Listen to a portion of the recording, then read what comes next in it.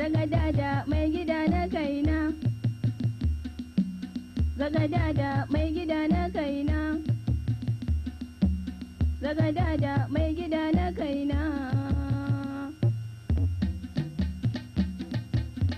Na san ni ban rasa na ci ba, sannan kuma ban rasa na sha ba, sutura gata da na duba, zagadada mai gida na kaina.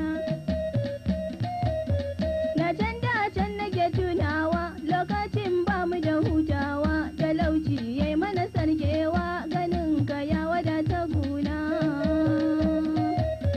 Tunani ya rufe ruhina, yaya ni zan yi da rayina, sai dai haƙuri da mai gidana. Biyo ni, wego ni, juyo ni mai gida na kaina. Kullum da na idar da sallah, sai na yi roƙo gurin jallalla, Allahu ya yanke ma wahala.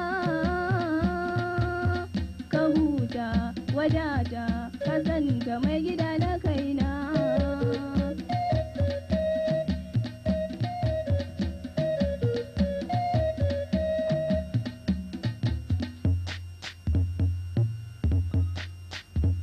A da can babu yawan riga, aguna ba canji na shiga, har ma kaina duka na zarga, a sannan babu batun burga, kullum kullum kananan guna. A yanzu mun wadata sosai, kayan abinci kuɗi dubbai, koda sannan turare ga mai, kullum muni kwalliya ta zammai, amma kuma babu murna guna.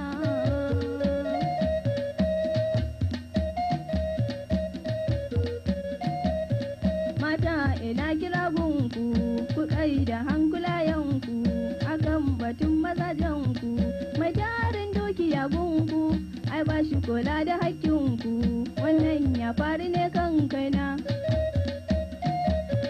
Rufin asiri ya fi, ku roƙe rabbana hafi, domin mazanmu na zifi, wannan shawara ce guna.